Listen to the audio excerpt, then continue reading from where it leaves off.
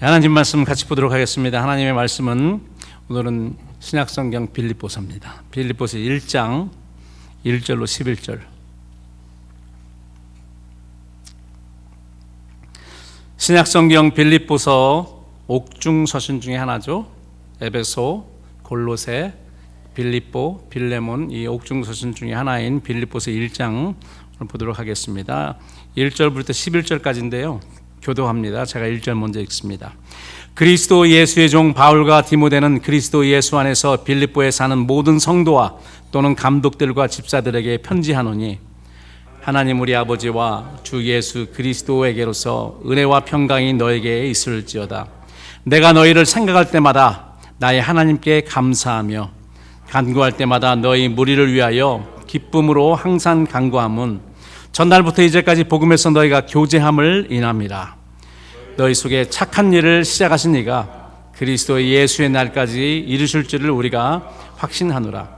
내가 너희 무리를 위하여 이와 같이 생각하는 것이 마땅하니 이는 너희가 내 마음에 있음이며 나의 매임과 복음을 변명함과 확정함에 너희가 다 나와 함께 은혜에 참여한 자가 됨이라.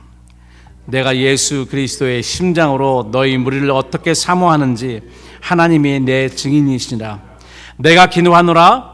너희 사랑을 지식과 모든 총명으로 점점 더 풍성하게 하사 지극히 선한 것을 분별하며 또 진실하여 허물 없이 그리스도의 날까지 이르고 다 같이 예수 그리스도로 말미암아 의의 열매가 가득하여 하나님의 영광의 찬송이 되게 하시기를 구하노라. 아멘.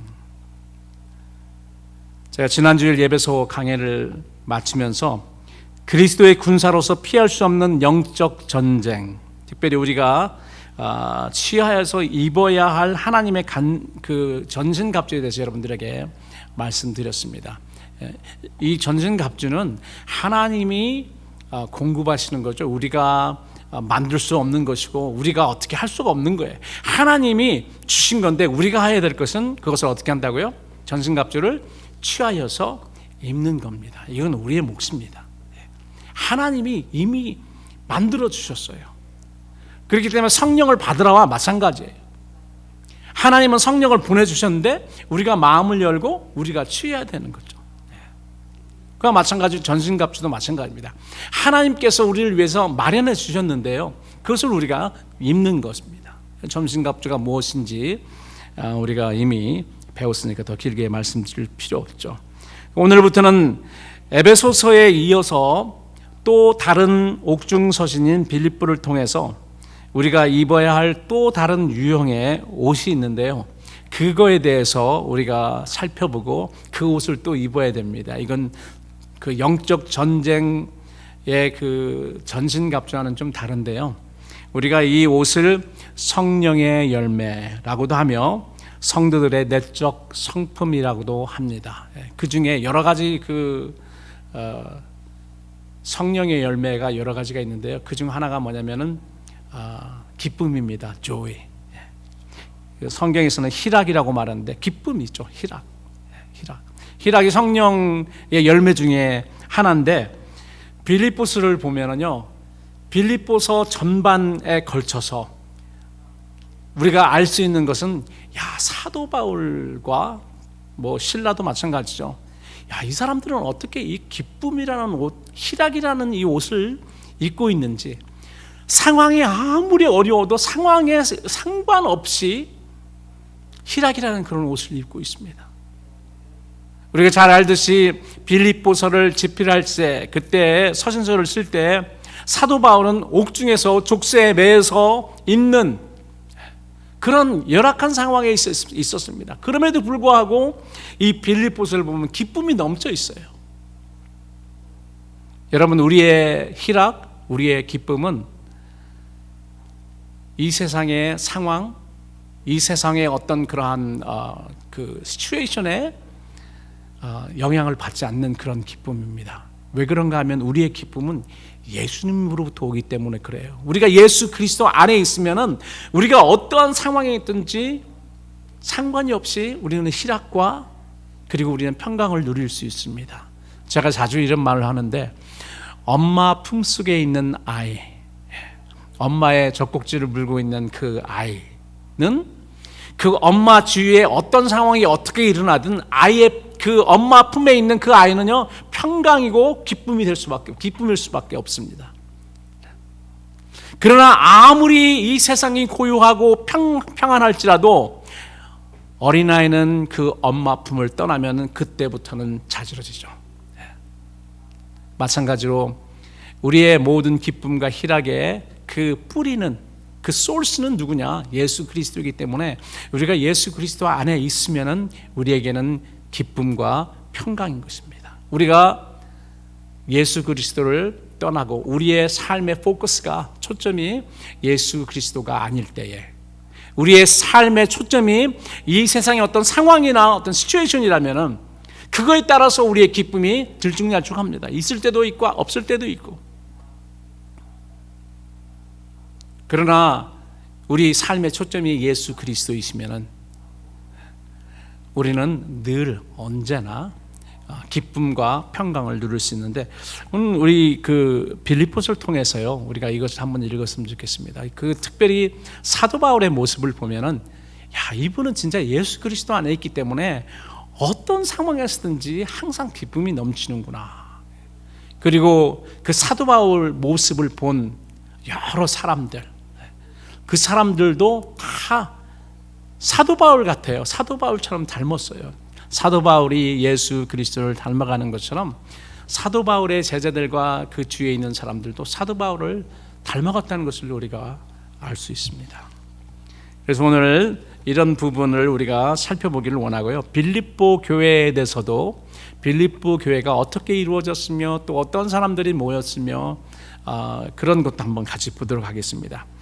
우리가 잘 아는 바와 같이 빌립보 교회는 사도 바울이 실라와 디모데 함께 2차 선교 여행 때 성령님의 인도하심, 성령님의 섭리에 따라서 유럽 지역에 들어가서 세워진 유럽의 첫 교회입니다. 첫 번째 교회예요. 그래서 어떻게 보면은 유럽의 첫 열매 교회예요.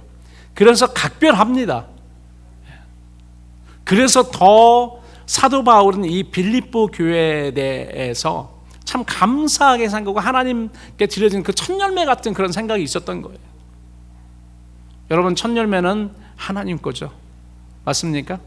첫 열매는 항상 초실은 하나님 거예요. 그래서 온전하게 드려야 되거든요. 그 이스라엘 백성들이 출애굽하고 광야 생활을 거쳐서 이제 가나안에 들어와서 제일 처음에 전쟁한 곳이 여리고였잖아요. 여리고는 그렇기 때문에 이스라엘 백성들이 가나안에 들어가서 제일 첫 번째 얻은 첫 소득입니다. 그래서 하나님이 온전하게 드리라고 했는데 온전하게 드리지 못했었잖아요. 그래서 그 다음 전쟁인 아이성 전투에서 지고, 그리고 많은 사람들이 죽고, 그리고 아간이라는 사람, 그 사람의 잘못으로 인해서 온전하게 그 성에 있는 모든 물건들을 하나님께 드리지 못했어요. 뭐 그런 것처럼 이 첫 열매는 하나님 거였습니다. 그래서 모든 교회가 다 하나님 거지만은 특별히 이 빌립보 교회는 마게도냐, 성령님의 그러한 그 섭리와 인도하심에 따라서 마게도니아 지역, 그러니까 유럽 지역이죠,의 첫 번째 세워진 초실 같은 첫 열매 같은 그런 교회였기 때문에 특별히 사도 바울은 여기에 굉장히 많이 정이 있어요.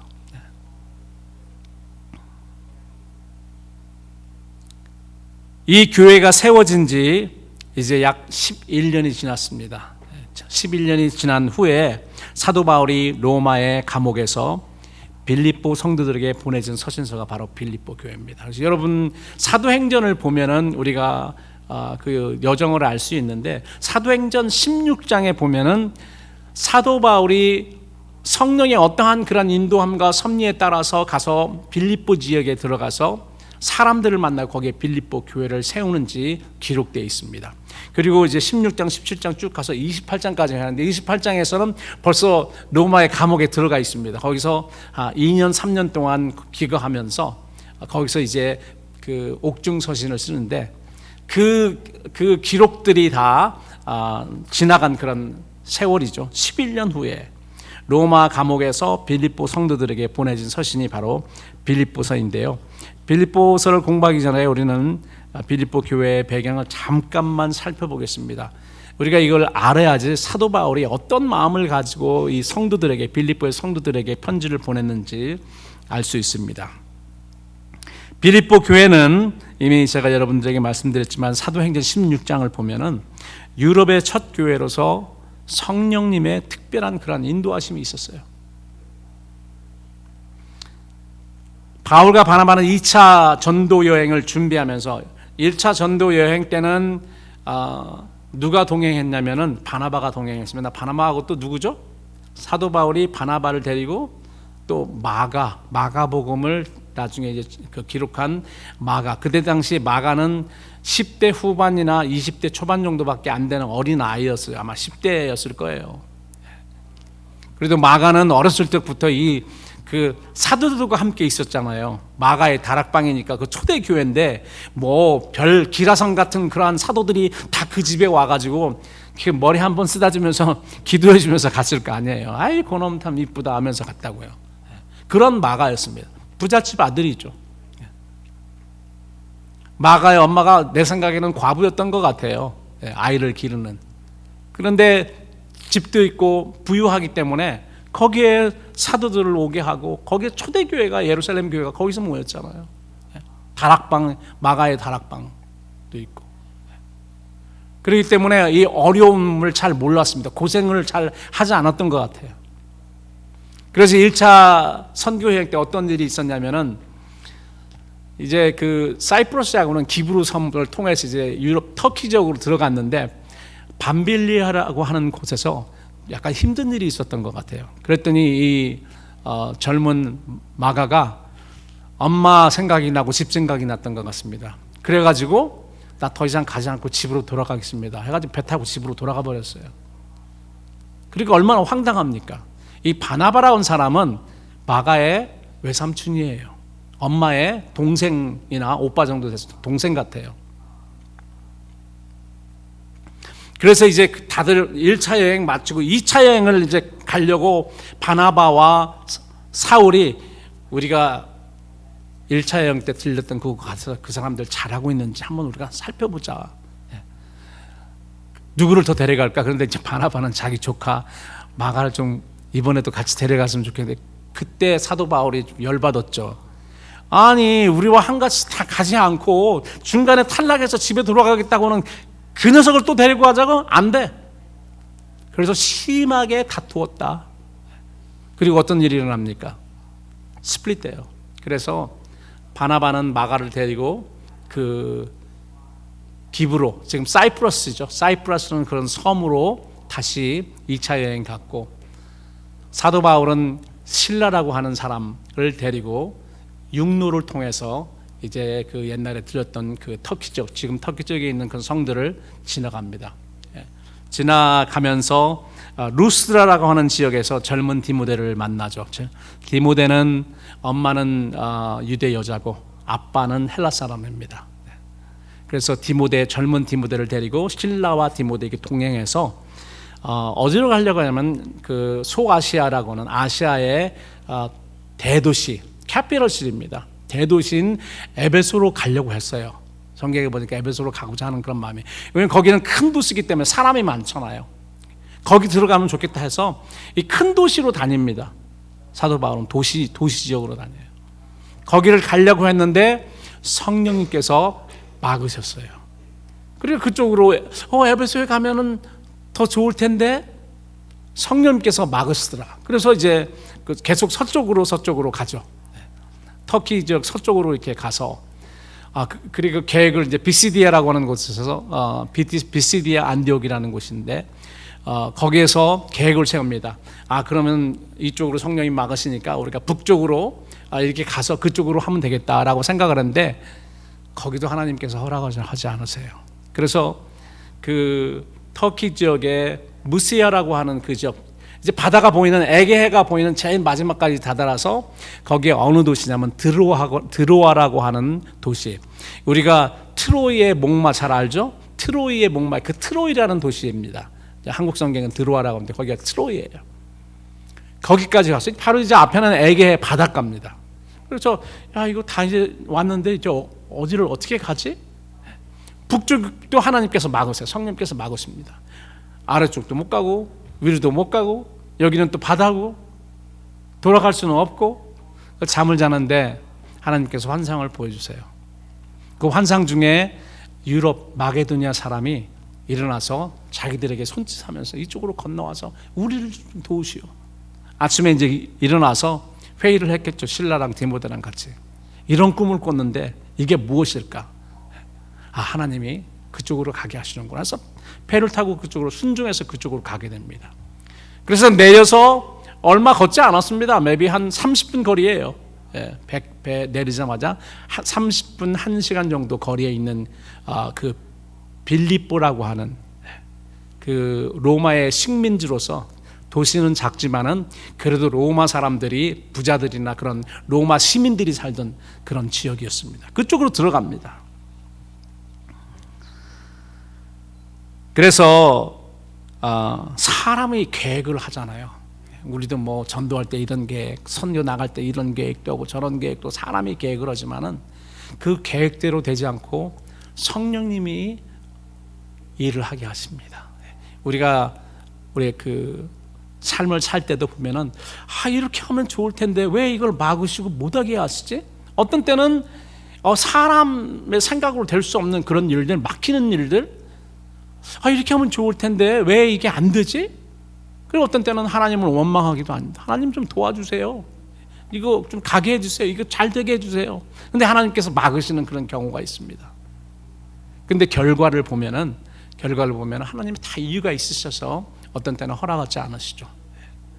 하나님이 더 급한 데가 있으셨던 것 같아요. 유럽에 아마 그때에 리디아가 기도하고 있었을 수도 있어요. 루디아가 하나님, 여기는 회당도 없고 아무것도 없고 저는 하나님을 경외하는 사람인데 누가 와서 하나님 말씀을 좀 전해줬으면 좋겠는데 아무도 없고 하나님 도와주세요라고 기도했는지도 모릅니다. 성경에는 써있지 않지만 그건 제 생각입니다. 그리고 그 마개에 붙들려서 점치던 그 여자아이도 있었잖아요. 그 여자아이의 그런 마음의 어떤 간절함이 있었을 수도 있습니다. 그리고 그 감옥의 그 간수도 어떤 상황이었는지 모르죠. 여러 가지 필요한 상황이 있었기 때문에 하나님이 그쪽을 먼저 가게 하셨다고 생각합니다. 물론 나중에 이제 에베소에 오죠. 돌아서 에베소에 오긴 오는데 하나님께서 아직 에베소는 때가 아니기 때문에 나중에 돌아서 몇 년 후에 오게 하시고 먼저 빌립보에 가게 하신 거죠. 그래서 우리는 하나님의 섭리가 무엇인가, 우리가 계획을 세워서도 하나님께서 막으시고 안 되게 하는 그런 일들에 대해서는 하나님의 섭리가 무엇인가 우리가 간구하고 하나님이 우리에게 주시는 그런 마음으로 하나님이 우리에게 보여주는 그런 일들을 해야 되는 것입니다. 그래서 거기에 특별한 성령님의 인도하심이 빌립보 교회에는 있었습니다. 그리고 바울과 실라가 기도 응답인 자주 장사 루디아가 있었어요. 바울 일행이 빌립보에 이제 도착했습니다. 며칠 후에 안식일이 되어서 이제 기도할 처소, 하나님께 그 예배드리고 기도할 처소를 찾았는데 거기는 로마 제국의 식민지였습니다. 그래서 로마 사람들이 많이 살았어요. 로마 사람들이 로마를 떠나서 거기에서 거주해가지고 많이 살고 있습니다. 로마 시민들이 많아서 유대인들이 별로 없었습니다. 제가 이렇게 공부해 보니까 유대인들이요, 20세 이상 남자 20세 이상 남자가 10명이 있으면요 회당을 만들어야 된대요. 그런데 빌립보 이 도시에는 유대인 남자, 성인 남자가 10명이 없었던 거예요. 몇 명 있었는지 모르겠어요. 한 명이 없었을 수도 있고 10명 이하는 확실해요. 그래서 회당이 없었습니다. 회당이 없으니까 그 다음엔 어떻게 해요? 강가로 갑니다. 강가로 가서 그냥 기도해야 되는데 사람들에게 들리지 않게 하기 위해서 이 물 흐르는 그런 소리에 거기서 기도를 한 거죠. 그래서 강가를 찾았어요. 그런데 이제 강이라고 하기에는 너무 개천 같은 그런 강입니다, 사실은. 그래서 겐지스 리버라고 하는데요. 거기에 가서 기도하기 위해서 갔는데 거기에 몇 여자들이 모여 있어요. 그래서 그 여자들에게 복음을 전합니다. 근데 환상 속에서 이렇게 오라고 한 사람들은 여자가 아니었거든요. 남자였는데 어떤 남자가 이렇게 오라고 도와달라고 그러는데 남자는 만나지 않고 여자를 만났어요. 그 여자를 만나서도 사도 바울은 그들에게 복음을 전합니다. 그랬더니 완전히 준비된 사람이에요. 이 여자는 하나님을 경외하는 루디아, 그리고 돈도 있습니다. 집도 있습니다. 그 주께서 그 마음을 열어 바울의 말을 청종하게 하신지라. 하나님께서 미리 다 준비해 놓으세요. 그래서 무슨 뭐 고구마 그 전도왕 보면은 이렇게 찔러 보면은 준비된 사람은 그냥 낚이잖아요. 하나님이 준비해 놓은 사람이 있어요. 그런 사람들에게 해야지 그 효과적인 그러한 전도를 할 수 있듯이, 여기 보니까 이 자주색 물감 장사인 루디아가 마음을 열고 그 복음을 받아들였는데, 그 쉽게 받아들인 이유가 뭐냐면은 주께서 그 마음을 열어서 바울의 말씀, 복음을 듣게 하였다. 하나님이 준비하신 그런 백성들은 듣게 돼 있습니다. 마음을 열게 돼 있어요. 그래서 복음을 전했고, 그리고 그 응답으로 이제 루디아가 복음 전한 다음에 그렇게 이야기합니다. 내가 하나님을 경외하는 걸 당신들이 알면 우리 집에 와서 기거하세요. 다른 데 가지 말고. 예수님도 그 제자들에게 이야기했잖아요. 어디 여러 군데 다니지 말고 한 지방에 가면은 한 집에 머물러서 거기서 있어라. 거기서 복음 전해라. 이렇게 했던 것처럼 그쪽으로 이제 디모데 데리고 실라 데리고 들어가죠. 그래서 거기에서 교회가 아직 시작은 안 되고 이제 기거하고 있고, 그 다음 날 일어나서 실라와 디모데는 아마 집에 있었나 봐요. 실라와 바울이 동네 이제 복음 전할 사람이 있는가 찾아다녔습니다. 찾아다녔는데 누구를 만나냐면 귀신 들린 여자 아이를 만납니다. 그리고 이 여자아이의 그 신부는 평민이 아니었고 종이었어요. 주인이 있는 사람이었어요. 여러분, 세 번째로 바울과 신라의 희생 때문에 감옥의 간수와 그 간수의 식구들이 복음을 받아들이게 됩니다. 여기도 이제 그 중요한 그런 포인트가 뭐냐면은, 하나님의 교회는 하나님의 복음이 전해지고 하나님의 교회가 세워지기 위해는 거기에 해당하는 그러한 희생의 걸음이 있다. 그 걸음 위에 교회가 세워질 때 그 굉장히 그런 하나님이 기뻐하시는 그런 교회가 될 수 있는 것입니다. 저는 미국의 그 교회들도요, 값 없이 치러진 그런 교회들이 아닙니다. 얼마나 많은 사람들이 박해를 받고 얼마나 많은 사람들이 피를 흘리고 그 피의 대가로서 미국에 건너오게 되었잖아요. 청교도들이요. 그들의 역사를 이야기해 보면은 진짜로 핍박을 많이 받았습니다. 그리고 흘린 피가 얼마나 많은지 몰라요. 그래서 그 피값으로 미국 초대 교회들이 세워졌고, 우리나라도 마찬가지입니다. 우리나라에 뭐 지금 한 150년 그 역사가, 교회 역사가 그렇게 되는데, 그 19세기와 20세기 초에 많은 피들을 흘렸습니다. 그 우리나라 교회는 그들의 그 피값 위에 세워진 교회예요. 빌립보 교회도 마찬가지입니다. 물론 예수님의 그 피값으로 세워진 그런 교회지만은, 이 교회가 세워지기 위해서 하나님은 사도 바울과 신라를 그 채찍에 맞게 했어요. 맞을 필요도 사실 없었거든요. 바울 같은 경우는 로마 시민이었기 때문에 채찍을 그렇게 함부로 맞지 않습니다. 나 로마 시민이 하면은 그렇게 취급하지 않습니다. 그런데도 불구하고 뭐 피멍이 들고 피가 다 날 정도로 이렇게 피를 흘렸습니다. 그것은 아마도 빌립보 교회가 세워지기 전에 필요한 어떤 희생이 아니었나, 이렇게 우리가 생각하게 할 수 있는 그런 대목이죠. 빌립보에서 하나님은 사도 바울에게 복음을 위한 형통한 길을 주셨습니다. 그러나 하나님이 주시는 이 형통한 길이 꼭 평탄한 길은 아닙니다. 그래서 형통과 평탄은 같은 말이 아니에요. 복음이 전파되고 교회가 세워지는 그런 형통함은 주셨지만 그 형통 가운데 평탄하지는 않았어요. 쥐어 맞고 뭐 채찍을 두대마서 피 질질 흘리고 고통 속에서 감옥에 들어가고 족쇄에 채여 있는, 실질적으로 사도 바울과 신라는 이러한 고통을 겪었잖아요. 평탄하지는 않습니다. 환난, 고난, 희생 이런 것들 중에 하나님의 복음은 전파되고 하나님의 교회는 세워지고 이러는 것입니다. 그러니까 어떻게 보면은 이거 좀 맞지 않는, 그러나 하나님의 섭리가 그렇죠. 사도 바울과 실은 그곳에서 귀신에 붙들려서 신통방통 점을 침으로 그 주인에게 큰 재물을 벌어줬던 한 요정을 만납니다. 근데 이 여자아이가, 그 다른 사람들은 사도 바울을 알아보지 못하는데 이 여자아이가 사도 바울과 실라가 어떤 신분인지를 말합니다. 지극히 높으신 하나님이 보내신 종들이다. 막 따라다녀요. 따라다니면서 계속 크게 말합니다. 예수님에게도 그런 적이 있죠. 거라사에 갔는데 그때 그렇게 이야기해요. 귀신 들린 자가, 나는 당신이 누군 줄 압니다. 예수님이 시끄러워 하고 그냥 쫓아내버렸죠.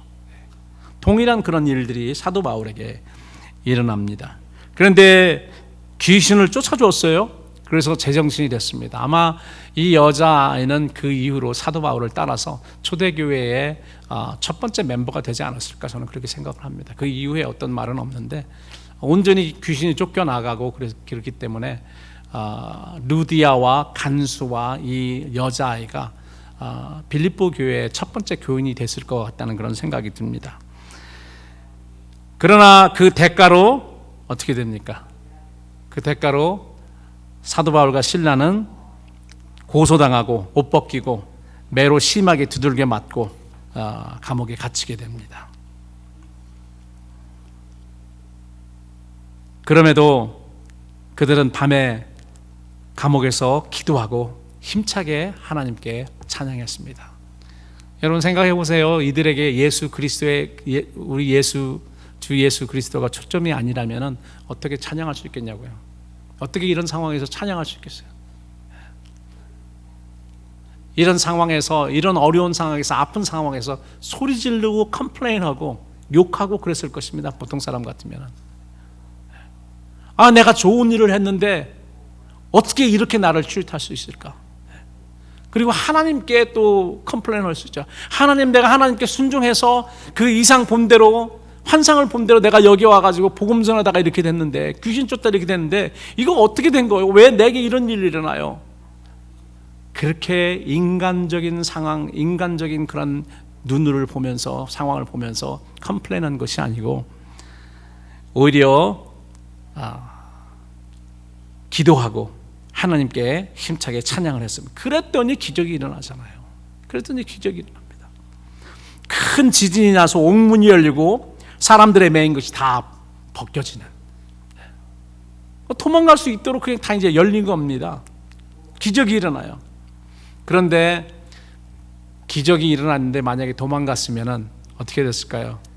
하나님이 거기에 준비해 놓은 간수와 간수의 가족이 복음을 듣지 못했을 것입니다.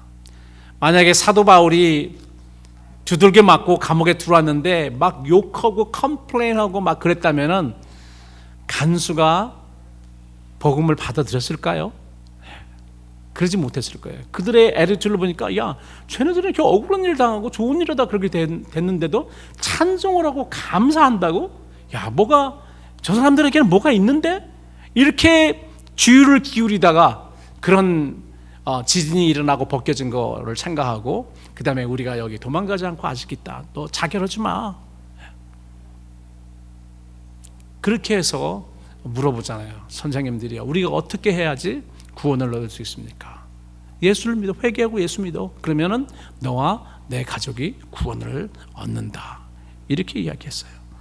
그래서 이런 어려운 상황, 우리가 전혀 인간으로 생각할 수 없는 그런 상황 속에서 예수 그리스도의 초점을 맞췄더니 복음이 순탄하게 전파가 됩니다. 내 몸은 피투성이가 되고 상처투성이가 되었지만은 복음은 전파되는 거예요. 그렇게 세워진 빌립보 교회였습니다. 그리고 그 이후에도요, 사도 바울이 고린도에 와 있을 때, 그리고 뭐 에덴에, 뭐 데살로니가 그 도시에 와 있을 때 계속해서 몇 번 선교 후원금도 보내줘요. 로마에 있을 때도 보내줬습니다. 그래서 이러한 너무 그들이 사랑하고 복음에 대한 그런 열정이 있는, 그리고 옛날에 그런 어려움을 통해서 세워진 천열매 같은 그러한 교회이기 때문에 사도 바울은 로마 감옥에서 빌립보 교회에 편지를 쓰면서 제일 첫 번째 감사를 했어요.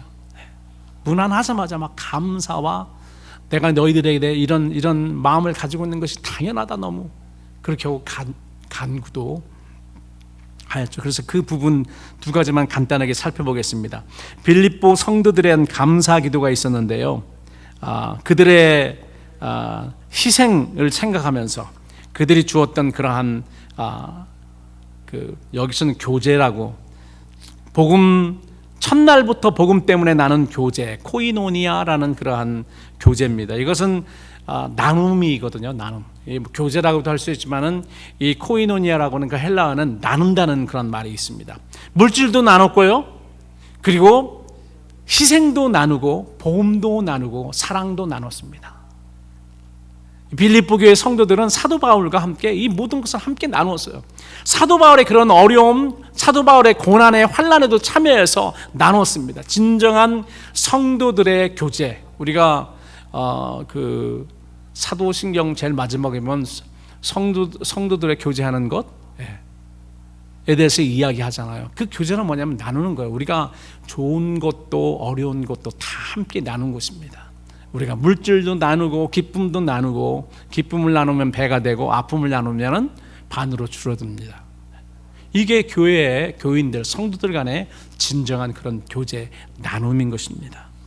그래서 사도 바울은 빌립보 교인들에게 편지를 쓰면서 너희들은 첫날부터 복음 때문에 나와 나눴다. 첫날부터 나눈 게 뭐겠어요?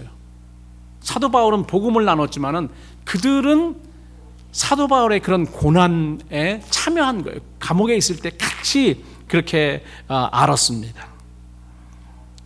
누디아는 첫날부터 복음 때문에 자기 가정을 열어서 물질적으로, 시간적으로 나눴습니다. 그 후에도 여러 가지 어려운 상황 가운데 사도 바울의 선교를 위해서 틈틈이 물질을 후원했던 사람은 아마 루디아였을 거예요. 루디아가 중심이 돼서 그렇게 했을 것입니다.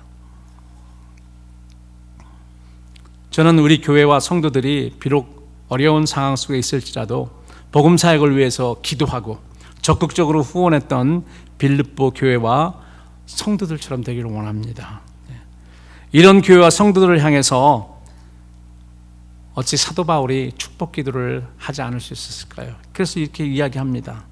하나님 우리 아버지와 주 예수 그리스도로부터 오는 은혜와 평강이 너에게 있을지어다. 이렇게 축복 기도를, 이런 기도하고 싶은 마음, 종들의 마음에서 너무 보기에 너무 기쁘기 때문에 그렇게 기도할 수 있는 마음이 생겨야 될 거 아닙니까?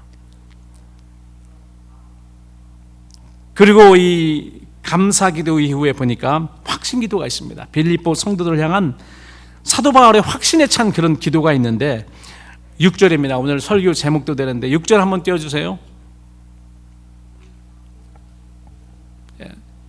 제가 읽겠습니다. 약간 그 단어가 좀 바뀌었습니다. 너희 안에 좋은 일을 시작하신 분이 그리스도 예수 재림의 날까지 그 일을 완성하실 것을 확신하노라. 여기 뭐 착한 일이라고 하는데 착한 일이라는 그런 말보다는 좋은 일입니다. 여기서 이 좋은 일이 뭐냐? 구원입니다. 구원. 여러분, 예수 그리스도 안에서 하나님께서 우리 안에 시작한 그 일은 뭐냐면 구원입니다. 하나님이 시작하셨습니다. 하나님이 시작하셨으니까 누가 이걸 진행하시겠어요? 하나님이 진행하십니다. 그럼 이거 누가 마치겠어요? 하나님이 마치십니다. 언제? 그리스도의 날, 예수님이 오시는 재림의 날까지 하나님께서 우리의 우리의 구원을 완성시키는 거예요. 우리의 구원이 완성이 됐습니까? 아직 안 됐어요. 지금 하나님께서 계속 우리의 구원을 완성시키고 있고, 예수 그리스도의 날, 예수 그리스도께서 오시는 그 날에 완성시키니까 우리가 어떻게 해요? 완성된 옷을 입는 겁니다. 첫 부활의 옷을 입는 거예요. 그래야지 우리가 완성이 되는 것입니다. 우리가 믿음을 통해서 우리의 영은 깨끗해졌습니다. 우리가 계속해서 이 땅에 살면서 성화로서 우리의 정신도 우리의 마음도 맑아지고 깨끗해지는데, 아직 우리는 육신이 남아 있잖아요. 예수님이 오실 때 완성된 우리의 옷을 가지고 오셔서 이제 우리에게 입혀주실 때 우리의 구원이 완성이 되는 것입니다. 근데 그 말을 이렇게 사도 바울은 합니다. 6절에 너희 안에 좋은 일, 구원을 시작하신 그 하나님이 예수 그리스도의 재림의 날까지 그 일을 완성하실 것이다.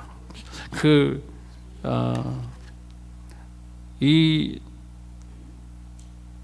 말을 보면서 구약에 누구 생각이 났냐면요, 구약에 룻기의 보아스가 생각이 났습니다.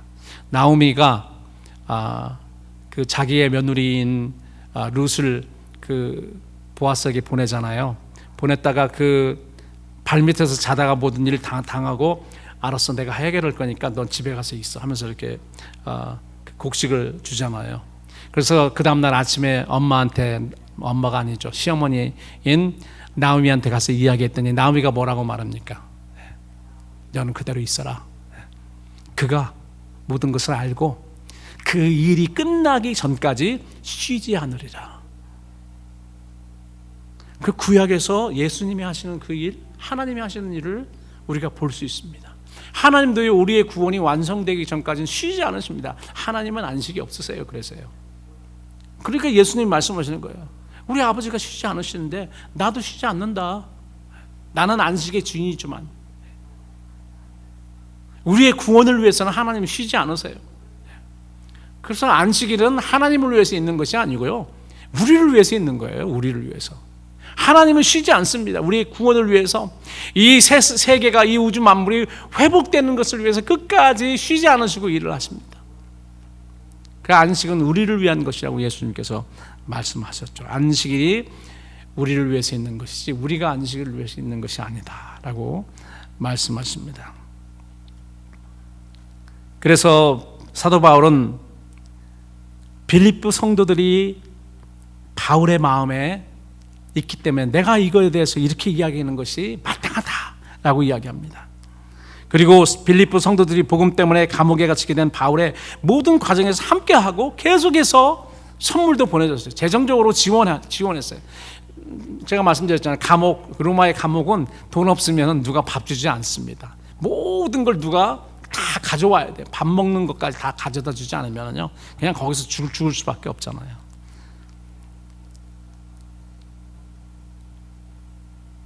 그래서 항상 어려움 중에서 동참하는 그런 빌립보 교회에 대한 사랑이 굉장히 많았어요. 그래서 빌립보 성도들에 대한 마지막으로 이 간구 내용을 보겠습니다. 간구 내용 중에 중요한 게 이거예요.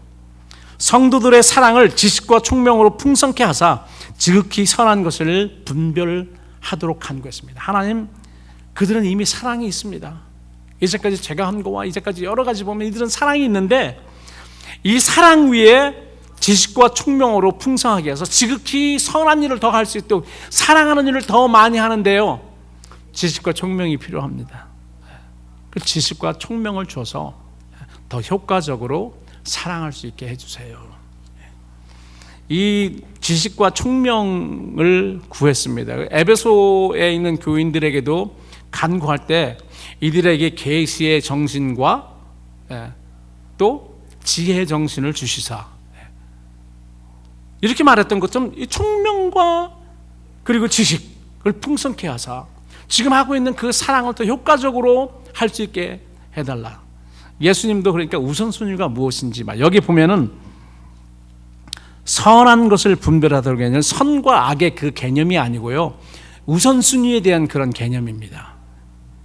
그래서 더 중요한 것, 월등한 것이 무엇인지 분별하게 하다. 사랑을 하는 것도요, 사랑을 하는 것도 우선순위가 있습니다. 우선순위가 있는 것처럼 우리가 잘 알죠. 사랑의 우선순위, 성경적으로 예수님에게 누가 물어봤더니 예수님은 그 사람에게 먼저는 하나님을 사랑하고 그 다음에 내 이웃을 내 몸과 같이 사랑하라고 이렇게 우선순위가 있고, 그리고 우리가 마태복음 6장 33절에 보면 예수님이 너희는 먼저 우선순위가 있습니다. 하나님의 나라와 하나님의 의를 구하고 그 다음에 무엇을 먹을까 무엇을 말까 그걸 그 다음에 구하라.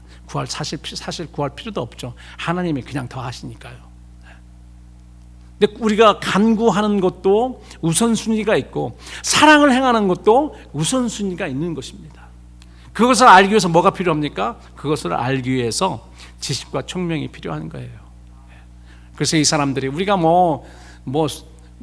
물질이 무한적으로 있는 건 아니잖아요. 사랑을 해야 되는데, 우리가 사랑을 해야 되는데, 사랑의 행위를 해야 되는데, 우리가 가지고 있는 그런 물질과 시간과 이게 무한적인 것이 아니기 때문에 어떻게 해요?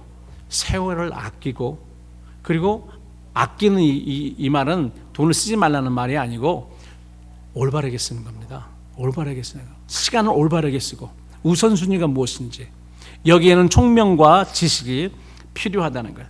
내가 기도하노라 너희 사랑을 지식과 모든 총명으로 점점 더 풍성하게 하사 너희로 지극히 선한 것을, 우선되어야 할 것을 분별할 수 있게 해달라고 나는 하나님께 간구한다 하였습니다.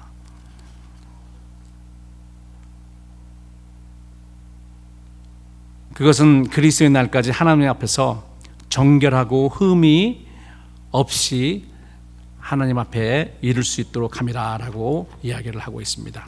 그리고 성도들이 예수 그리스도를 말미암아 의의 열매가 가득해서 하나님의 영광과 찬송이 되게 하기를 간구했습니다. 그래서 에베소서 1장에 나와 있는 하나님의 영광의 찬송이 되게 한다, 그 말과 좀 비슷한 그런 부분입니다. 사랑의 모범을 보여주시고 사랑을 예수님은 손수 실천하셨습니다. 그리고 승천하시는 우리에게 성령을 보내서 이 사랑을 실천할 수 있는 능력을 주셨어요. 우리는 이미 능력을 받았고요. 어떻게 사랑해야 되는지 예수님을 통해서 우리는 압니다. 그렇기 때문에 이제는 우리에게 주님께서 주시는 그러한 모든 능력과 그리고 총명을 통해서 예수님의 사랑을 실천할 필요가 있는 거죠. 예수님은 포도나무로서 그 가지들이 사랑의 열매와 의의 열매를 맺을 수 있도록 모든 영양분과 수분을 공급하셨습니다. 그래서 우리가 할 것은요, 예수님 안에 있는 것, 예수님 안에 붙어 있는 겁니다. 네가 내 사랑 안에 거하라, 네가 내 안에 거하라. 거하면은 열매가 그냥 오르메리끌이 맺어집니다. 여러 가지 열매가 맺어집니다. 사랑의 열매를 포함해서. 11절 마지막 절에 보니까 예수 그리스도로 말미암아 예수 그리스도를 통해서 의의 열매가 가득하여 하나님의 영광과 찬송이 되게 하기를 간구하노라. 이런 열매가 있어야지 하나님께서 영광을 받으십니다. 그리고 우리가 하나님의 영광이 되는 것입니다. 사랑하는 성도 여러분, 예수 그리스도 안에서 나타난 하나님의 사랑은 대체 무엇을 위한 사랑이었습니까? 자기 아들을 아낌없이 내어주신 하나님의 그 사랑은 구원의 방책 없이 죄로 인해 죽어가는 그 인류를 살리기 위한 그런 사랑 아니었습니까? 그래서 요한복음 3장 16절에도 하나님이 이 세상을 이처럼 사랑하사, 그 사랑의 표시가 뭐였냐면은 방편이 예수 그리스도 하나님의 독생자를 주신 것입니다. 사랑은 주는 거더라고요. 그러니까 사랑은 주는 겁니다. 필요한 것, 그들이 필요한 것, 제일 필요한 걸 주는 겁니다. 저는 목회자로서 여러분 생각할 때 사도 바울이 빌립보 교회 성도를 향한 이런 감사와 확신과 간구가 있기를 정말 원합니다. 목회자가 성도들 때문에 근심으로 기도하는 것이 아니라 감사와 확신과 올바른 간구로서 기도해야 되는 것이 너무나도 중요한 것이죠. 또한 여러분들도 이 간구의 주인공들이었던 빌립보 성도처럼 우리 신앙생활 가운데 가장 월등한 것이 무엇인가, 우리 주님이 주신 그런 지식과 총명으로 깨달아서 우리가 이제 이 세상에서 하나님의 영광에, 하나님이 기뻐하시는 열매를 생산할 수 있도록 그러한 성도들이 되시기를 우리 주님의 이름으로 축원합니다.